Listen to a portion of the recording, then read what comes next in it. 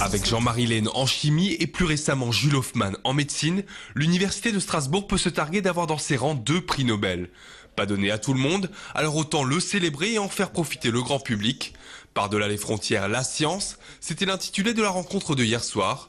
2 heures de discussion passionnée où pêle-mêle on aura parlé éthique, OGM, recherche, financement et même vie privée de nos 2 assets du savoir. Je crois que c'est important que nous ayons un contact, une forme de dialogue entre le public et les scientifiques.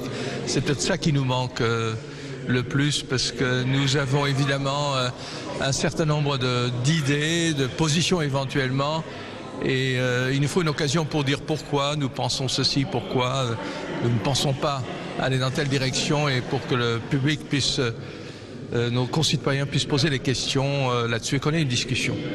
Ces prix Nobel, ils ne sont pas juste là pour gagner des prix Nobel, ils sont là pour en faire profiter toute la société. Et je pense que le grand public sera sous le charme, il me semble, de voir que ces hommes-là ont un langage qui peut les toucher, qui peut les concerner et ne se réfugient pas dans une fausse dignité de ce qu'on appelait autrefois les savants. Ce sont tous sauf des savants. Plus habitués au pâle néon de leur labo qu'à la scène et ses projecteurs, les 2 Nobel n'ont cependant pas eu de difficulté à libérer la connaissance du ghetto académique. Jean-Marie Lehn et Jules Hoffmann ont profité de l'occasion pour faire passer quelques messages. Le principe de précaution, ça ne sert à rien. Il faut poursuivre les travaux sur le clonage humain. Et surtout, il ne doit pas y avoir de limites, de frontières à la recherche. Oui, ça, il y a des messages à faire passer. Comme Gilles Hoffmann l'a aussi signalé, la recherche elle-même, la connaissance, c'est quelque chose qui est en soi quelque chose qu'on ne doit pas et d'ailleurs on ne peut pas arrêter. Ce n'est pas vous qui le faites, il y a quelqu'un d'autre qui le fera.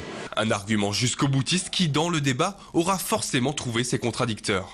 Alors je vais vous donner un exemple où oui, il faut limiter la recherche. Par exemple, si dans les laboratoires avec lesquels je travaille, mes jeunes me disaient on va travailler sur le fait d'obtenir un embryon humain à partir de 2 cellules féminines, je dirais non, c'est pas un domaine sur lequel on va chercher. Et je pense qu'il y a des recherches qu'il ne faut pas faire, qui n'ont pas d'intérêt. Et il y a des recherches qui sont dues simplement à la curiosité et pour lesquelles on ne peut pas voir de nuisance. Mais il y a des recherches qui ont une vraie nuisance potentielle. Jules Hoffmann, le Nobel de médecine, répondra à cela que dans les années 70, on se posait les mêmes questions sur les dangers d'étudier l'ADN. Bref, en 2 heures de joute verbale entre grosses pointures, on aura eu le temps de mettre de l'eau au moulin de la connaissance, suffisamment peut-être pour en rester bouche bée.